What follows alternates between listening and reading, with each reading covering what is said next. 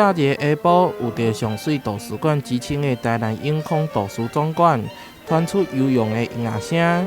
这是由市政顾问陈振秋带领的新古典乐团进行全台湾的巡回演出。这回来到台南，要把好听的音乐给大家听。我们这个团最主要都是由我本人以外呢，其他都是北艺大的博士、硕士生啦。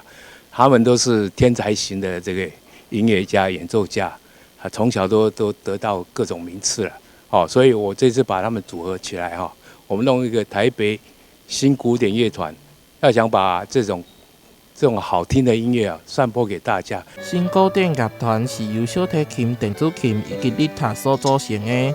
在音乐方面，除了古典，嘛结合现代较流行的元素，造予大家无同款的音乐响应。我们的团名叫做新古典乐团，所以我们的音乐不只包含了古典音乐，我们甚至融入了现代比较流行的元素，然后甚至加上自己的创作。